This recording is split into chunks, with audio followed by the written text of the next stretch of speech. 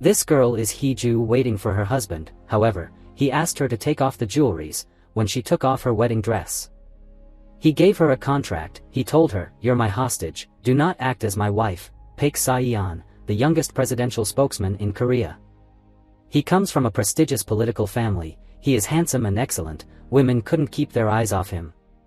In the eyes of outsiders, he was like a star in politics. As for his wife, she wanted to give him a middle finger. Se-yeon was speaking about the recent terrorist attacks. Responding to the hostage kidnapping incident, he showed the stance of the government. Hee-ju watched his speech again and again. She was dumb after an accident. If she could, she wanted to show people his true colors. She wanted to let them know how bad he treated his wife. Hee-ju is a sign language interpreter. Her mother and mother-in-law asked her what to do. As the election was coming, they wanted her to quit her job. Last year, she said she felt suffocated, so her husband agreed to let her go to work. However, she couldn't let anyone know she was his wife. Her mother-in-law disrespected her mother. After her mother-in-law left, Hee-ju's mother blamed her. "You should have done better. It's not your position at the beginning. You failed to make him love you. How useless." Hee-ju was really sad when no one cared about her. She drove in the rain. The signal of the radio was unsteady. The GPS system said she took the wrong way. She wanted to slow down, but she lost control of the car. She tried to brake, but it didn't stop, weaving through the vehicles. She took a turn to stop her car. However, she couldn't open the car door. She recalled a news. This was caused by hackers. They could remotely control the car. Getting panicked, Hee-ju tried to break out. At that moment, a bright light shone, turned on a large truck. She covered her head with fear. Lifting her head, she saw a man in black coming to her. The man took steps towards her car. He called Se-yeon with an international phone number while overpowering Hee-ju. He said he would take her life. At that moment, Se-yeon's phone went out of battery. He charged it and called the kidnapper back to ask about Hee-ju. Se-yeon knew she met her mother earlier. His mother-in-law said she took Hee-ju home. They had dinner together. Se-yeon hung up the phone, and he asked his team to track it down. As soon as he sat down, the kidnapper called him back. He asked how much Se-yeon would pay to save his wife's life. Se-yeon thought it was just a joke. In fact, Hee-ju was in danger. The kidnapper strangled her with a rope. Hee-ju cried her eyes out. She was just Se-yeon's hostage. Se-yeon didn't care about her. The kidnapper called Se-yeon again. Se-yeon didn't pick up the phone. He got angry and kept stabbing the chair. Yet, his knife scratched her neck. He told her that it wasn't a normal phone. It was built only to call Se-yeon. It changed the speaker's voice and could not be traced within 10 minutes. He also hacked her car. However, Se-yeon didn't pick up the phone. At that time, Se-yeon called him back. His assistant accidentally called back when he tried to track it down. When the kidnapper threatened to murder his wife, Se-yeon didn't give him time to make a deal. "Do what you want, tell me when you handle her body." The kidnapper grew cross. Hee-ju fell in despair. She sped up to end both of their lives. Realizing her intention, he tried to control the steering wheel. The car jumped into the after the car turned 360 degrees. The man on the radio, Hee-ju heard that the hostage was rescued. Se-yeon she wasn't happy because she was nothing to him. After work, Se-yeon asked a reporter to track the phone number down. He felt something bad happening. He drove really fast. It was a rare time when he lost his calmness. Se-yeon sighed with relief because Hee-ju was cooking when he came home. Thus, he was so sure that the call was just a con. He calmly told her, "You're still alive." That meant Se-yeon knew she was kidnapped, but he didn't want to rescue her. After all the times that he hurt her, she had no faith in him. On their wedding day 3 years ago, Se-yeon said she was just replacing her sister. So that no one would know about their wedding, he wouldn't let people know who his wife was. Also, he asked her to enter a contract. There were 3 important clauses. First, the bride couldn't ask for a divorce. Second, she was not allowed to tell anyone she was his wife. If she violated any clauses, she would have to pay him 20 billion won as a compensation. That was why no one knew she was his wife for the last 3 years. At night, he told Doo-jae to keep tracing the phone number. As careful as he was, he gathered a group bodyguards to protect his wife. The next day, Se-yeon took Hee-ju to a part held by the UK embassy. The ambassador's wife was deaf, so Se-yeon took her there as a sign language interpreter. The ambassador thought she was Se-yeon's wife, yet, she denied it. The ambassador couldn't get it. He wondered why Se-yeon didn't take his wife to any public event. Saiyan said she was his weakness. As he was a presidential spokesman, he would confront many things. In other words, the government left him holding the bag. Therefore, he didn't want his wife to suffer it with him. The ambassador said Saiyan was way too romantic. Hee-ju couldn't tell whether he was sincere or not. She used sign language to question him. He said he didn't want her to be attacked for no reason. There were many wounds in her heart. He was a bad guy in her eyes. Saiyan couldn't get what she meant. Before leaving, she tried to tell him that the wife he mentioned earlier was not her. He went to the restroom. At that time, Saiyan got another call from the kidnapper. He said he knew what Saiyan ate at the party. Saiyan observed people around him, who was calling him. Saiyan looked up and saw a man talking on the phone. He followed the man to the toilet and realized that the man was calling someone else. Saiyan prolonged the call to trace the kidnapper position. The kidnapper's words stunned him. He knew Saiyan's bride was Hee-ju's sister at first, Hong Yin-ah. However, she disappeared before the wedding. That was why Saiyan had to marry Hee-ju, the second daughter of Hong family. He mocked at Saiyan for treating Hong's sisters like an elevator. Saiyan asked what the kidnapper wanted. He asked Saiyan to divorce Hee-ju and marry Yin-ah. The one who was calling revealed that was Hee-ju. She was talking in the toilet the previous night when Saiyan allowed the kidnapper to end her life.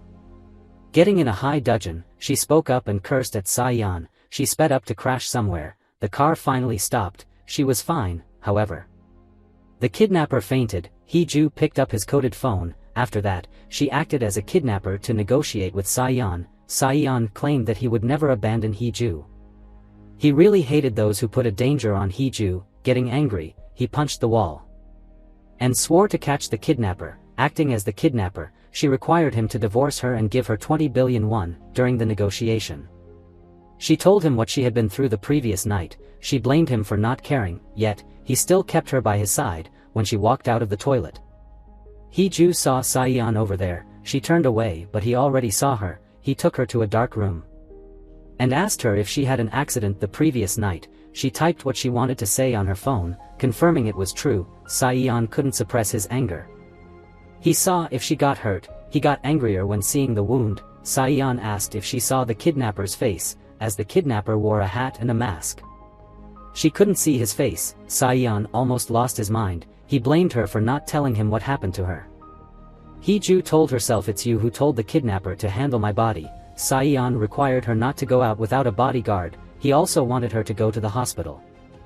After that, he asked the administrative official to give him a list of the party's guests and check each of them out. Coming home, Hee-ju replayed the conversation with Saiyan again and again. She realized that he was a little bit scared. That made her happy. It was the first time he was wavered. Hee-ju thought he was angry when someone touched his belongings. He was unhappy when his belongings were touched. At that time, she remembered that she spoke up in front of the kidnapper. If Saiyan found the footage of the dash cam, her secret would be out.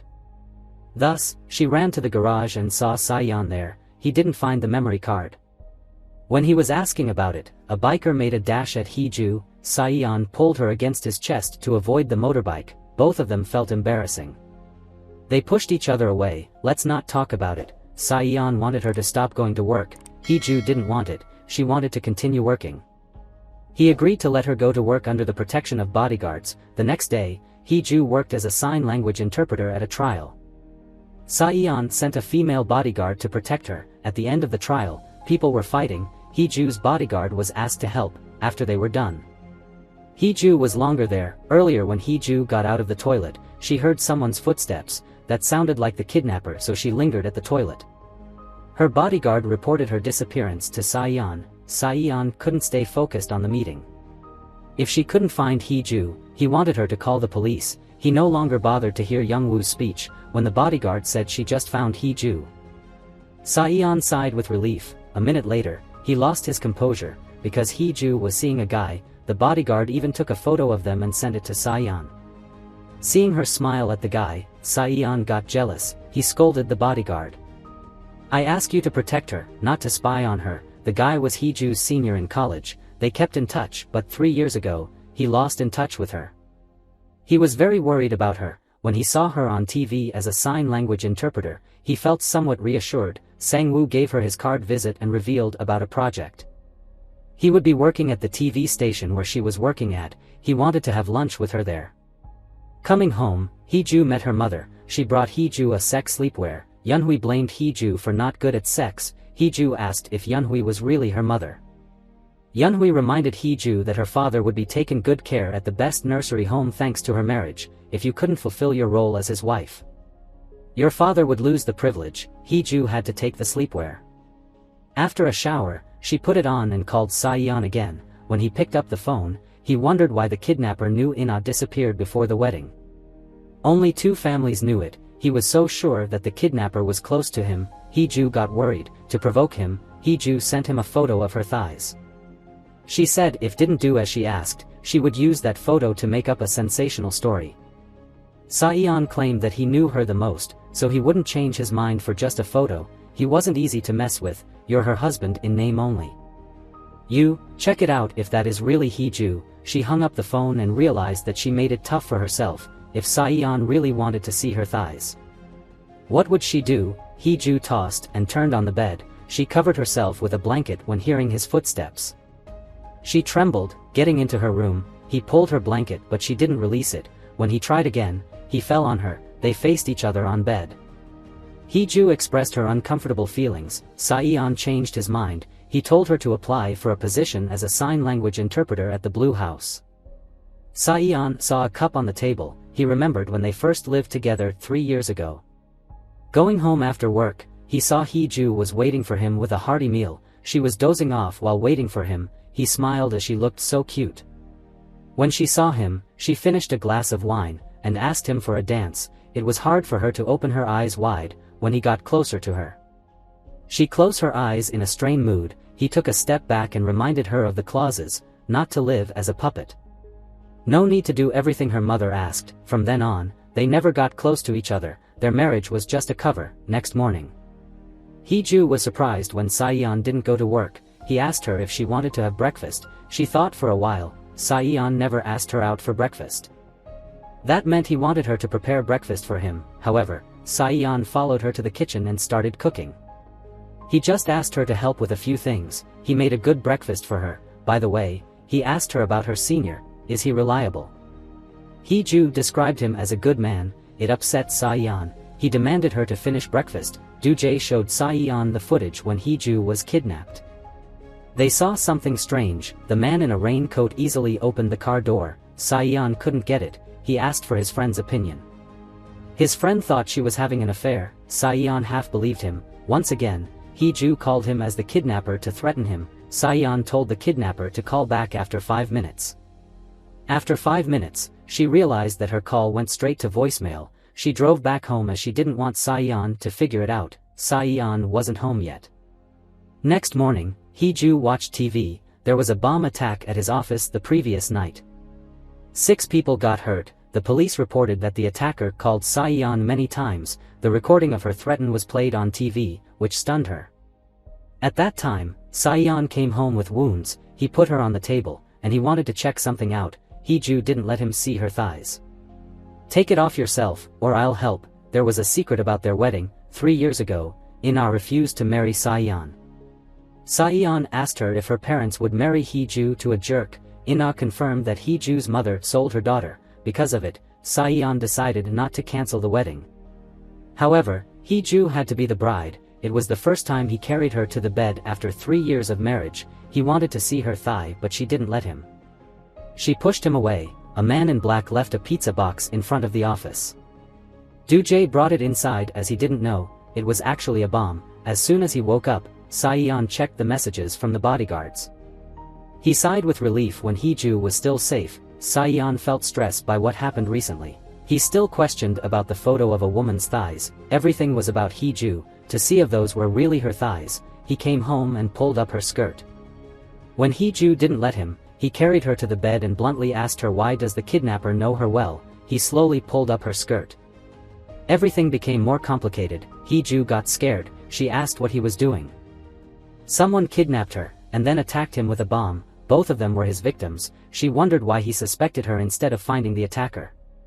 At that time, Do-jae called Saeon. Saeon said sorry and left the house. Hee-ju felt relieved. Do-jae let him know that it was a serial fire attack.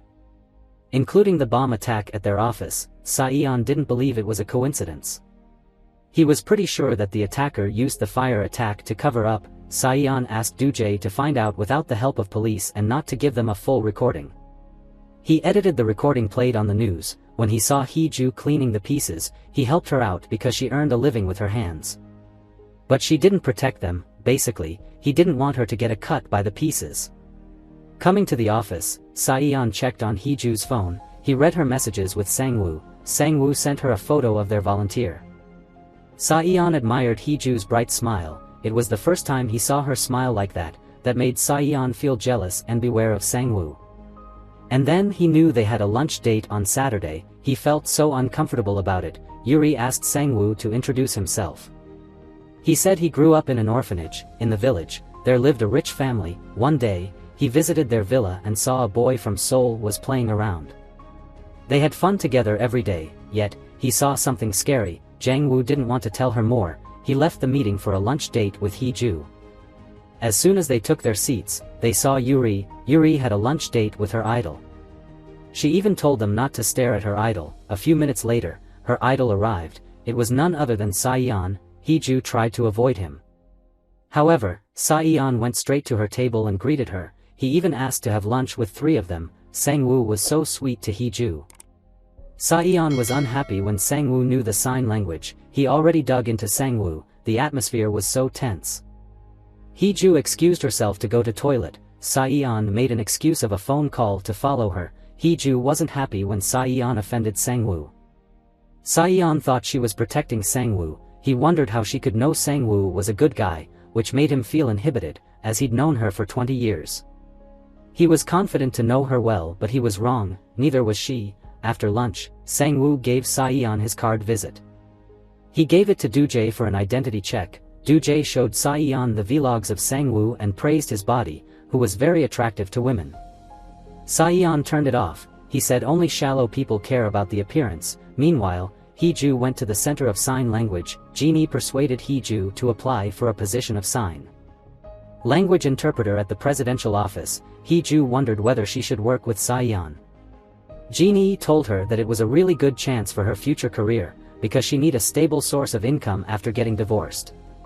Hee-ju thought carefully. When she got into her car, it was remotely controlled. She was so scared and everything to back to normal a moment later. She knew the attacker was near. As soon as she came home, she found the coded phone. Saiyan went home when she found it. She hid it away and walked out of her room. Saiyan asked where she was going. She wanted to buy beer and ice cream. He told her to stay at home when he went out to buy those. When he was going out, she acted as the kidnapper and called him again, asking him to divorce her. They were trying their best to negotiate. Saiyan was so sure that he would never divorce her. Hee-ju was confused. She couldn't read his mind. Saiyan came home with a bad mood. He told Hee-ju that he would never divorce her. Hee-ju was startled. She thought he knew something. He asked her to prepare for the interview at the presidential office. Hee-ju posed a question. If she could get the job, the whole world will know her name and face. Though she lacked experiences, she knew Saiyan well. She knew what he would say by his facial expressions. Saiyan took a step closer to her. He challenged her to guess what he was going to say. He was very angry at the kidnapper. After 3 years of marriage, they couldn't get each other. The harsh truth made him unhappy. He wanted to change it. At night, Saiyan laid on her bed. He wanted to stay with her overnight. And he didn't allow her to turn her back against him. When she slept soundly, he looked at her for a long while and left. A nightmare woke her up. She remembered when her mother remarried. Yunhui wasn't that happy when Hee-ju was still alive after an accident. Her mother covered her mouth. She said Ina was deaf. Her new husband's only son lost his life, but Hee-ju was completely fine to stay with the rich stepfather. They couldn't upset him. Therefore, Yunhui asked Hee-ju to act like she was dumb due to the accident. At that time, someone called her with her father's phone. The kidnapper knew she was holding his coded phone. He asked what she was using it for.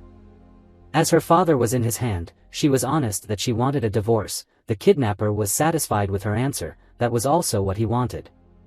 So he agreed to let her keep using it. He then showed her a few teeth and asked her not to flee away. Hee-ju got scared and ran to the hospital. Fortunately, her father was not seriously injured. Those teeth weren't his. When he woke up, he kept repeating what the kidnapper said. On the way to the police station, police car suddenly went with a strange sound, which was the same as the sound when she was kidnapped. Hee-ju was scared and frightened. She felt sick recalling the teeth. She got out of the car and threw it up. She remembered what she had suffered since her childhood. She cried out loud because no one was on her side. Why was she still living at that moment? Saeon walked towards her. He told the police to leave first, and he would follow them to the police station. When the officer asked what she was to him, he claimed she was his wife. After that, he carried her to the car, being moved by his action. She burst out crying. You just made a sound, Hong Hee-ju, you could make a sound. He asked her to cry until she wanted to stop. When she pulled herself together, he said he asked the nurses to contact him if anything happened to her father. Also, he promised to send him to a better place. Saeon and Hee-ju were having dinner with Saeon's parents. Though they were late, he took her to a hotel room first. If the kidnapper got her earlier, the police would ask her what happened. He told her to let him know everything, looking at her expression. He knew she was keeping something. At this time, the waiter brought the food to them. He told her to pull herself together first when he went to see his parents alone. Saeon told his parents that Hee-ju was sick, without caring about her dad's dissatisfaction. He asked his father to get straight to the point. Hee-ju woke up with a start. She quickly went to see her parents-in-law and apologized to them. Yoo Ayeon wasn't happy when she was late. He blamed her family for fooling him when they let her, a mute, replace her sister to marry him. He looked down on Hee-ju, who couldn't bring a victory. Saeon opened the door and snatched a paparazzi's camera. He knew his father wanted to use him for the election campaign. Saeon would decide whether he would throw his hat into the ring for the elections. He didn't want them to use such a trick to force him. Finishing his words, he held Hee-ju's hand and left. You, brat. Yoo Ayeon grabbed his son by collar. He warned Saeon of a bad ending if he was still arrogant. For a moment, Saeon thought it was his father who masterminded the kidnap. So far, Yoo Ayeon dared to do anything to make Saeon listen. Saeon reminded his father, you had a chance thanks to your father, whether you win or lose. It's up to your competence. Saeon didn't care about his father's reaction. He took Hee-ju out of there. Saeon didn't let go of her hand. He took her home. When Do-jae called, he asked her to go upstairs first. Hee-ju was moved when he tried to protect her, so she couldn't threaten him anymore. Before he returned home, she threw the coded phone into the trash bin. Saeon came when she was going out to throw the trash. He wanted to help her. Luckily, her phone rang. Hee-ju went to find her phone with the trash bag. The struggle between the two stopped. Hee-ju co-workers wished her good luck with the interview. Saeon also wished her would do well. As Saeon had words with his parents earlier, she was afraid that if they heard about this, they would blame him. He got what she meant and asked her not to follow anyone's order. It would be a rare chance. Don't give up because of other people's attitude. The following day, she was present at the interview in time. Saeon watched the interview through the camera, as she could perform a perfect simultaneous interpretation. He wanted to test her ability by himself. Saeon asked Youngwoo to randomly play his speech. Hee-ju could still perform a simultaneous interpretation. Her speed was even faster than his voice speed. She said she practiced with his speech for so many times. He decided to give a new speech and asked her to interpret it. What he said wasn't related to work. He seemed to express his feelings. He talked about a married couple who didn't got each other. If they tried, could they live as a normal married couple? Life is so ironic. They still measured each other up. Saeon got it out of his head. Those were just his thought. In a moment, he felt really confused. He left the interview room. Hee-ju once told him that she was the best for the position. He thought she just bragged. It was true that she practiced with his speech every night. He felt so suffocated. Saeon was moved by her efforts and her respect for him. Hee-ju visited her father. He repeated what Saeon told him. No matter what happened, I'll protect you and Hee-ju. At that time, she knew Saeon did come there. She felt confused, because Saeon was cold yet warm sometimes. Friendly yet ironical. She didn't get him as she thought. Youngwoo gave Saeon the interview result. He asked if Saeon was happy with Hee-ju. Before going out, he said, everyone likes her, so do I. Reviewing Hee-ju's profile, he remembered the first time he met her. At the party, he felt lost in the crowd. His mother gave him a plate of sashimi. She said it was impolite when he didn't try the food they gave him. She reminded him that he liked to have fish. He tried a bite but he didn't like it. When her mother left, he spat it out. At that time, he saw Yunhui took Heeju's food. Yunhui asked her not to act like a poor, and required Heeju to learn from Ina. Saiyan took Heeju to a corner where she could enjoy food in her way. They told each other their names. It was when their fate began. Saiyan told himself that Heeju was grown up. When Heeju heard that her stepsister was coming back, she remembered when her mother asked her to replace Ina and marry Saiyan, plus Saiyan's warning at their wedding, if the true owner of the ring returned, she would be back to her own position, back to the reality. In order to protect herself, she searched for the coded phone in the trash. During the anniversary of Chong Woon Ilbo, Yunhui asked if she moved her father to another nursery home. Her mother was shaken up when it was Saiyan who did it. She didn't want Hong Ilkyung to know about it. Yunhui even spoke to Heeju with harsh words that she would stop paying for Jin Cheol's hospital fee from then on. Then she took off Heeju's shrug and said, "You look better when you show some skin." In the toilet, two girls told each other that Heeju always followed Ina like a shadow. Looking around the ballroom, she felt that her existence was like a joke. Feeling lost, she went to the rooftop and called Saiyan with the coded phone. She asked how he felt when Heeju replaced her sister. She also mocked herself as Ina's shadow, who got married for money. Saiyan claimed that Heeju wasn't a shadow of anyone, because she had her own voice. If you know her that well, why did you ask her not to live as your wife? Heeju didn't know that when Saiyan came to the police station to report the kidnap, Saiyan seemed to know her secret. The officers told him that she panicky screamed. Saiyan asked them to give him the footage. When he heard her voice, he couldn't believe in his ears. Getting shocked, he drove the car by himself. When he made sure it was true, he teared up with a smile on his face. End of the episode. Stay tuned for next part. Please like, subscribe, and leave a comment below. Bye.